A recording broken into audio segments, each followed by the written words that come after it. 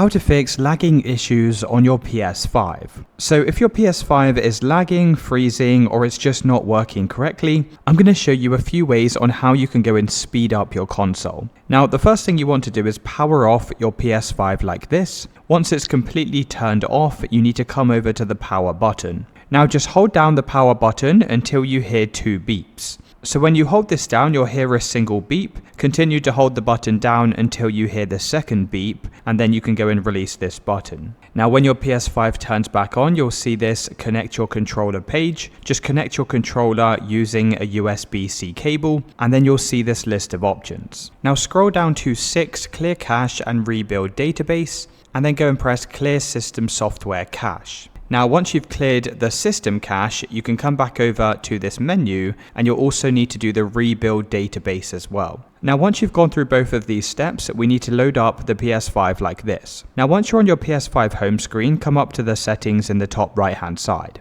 Now scroll down this page to save data and game app settings, click on this. You can then come over to game presets and then scroll down to this performance mode setting. Now once you have this selected, make sure the resolution is set to performance mode. Now once you've done this, we're going to come back over to the main settings page. This time scroll down and click on System, and then select System Software. You can then press System Software Update and Settings, and click on the Update System Software button. Now if there's any updates available for your PS5, you'll need to go and install these now. Now once you've done this, come back over to the settings, and this time scroll down and click on Storage.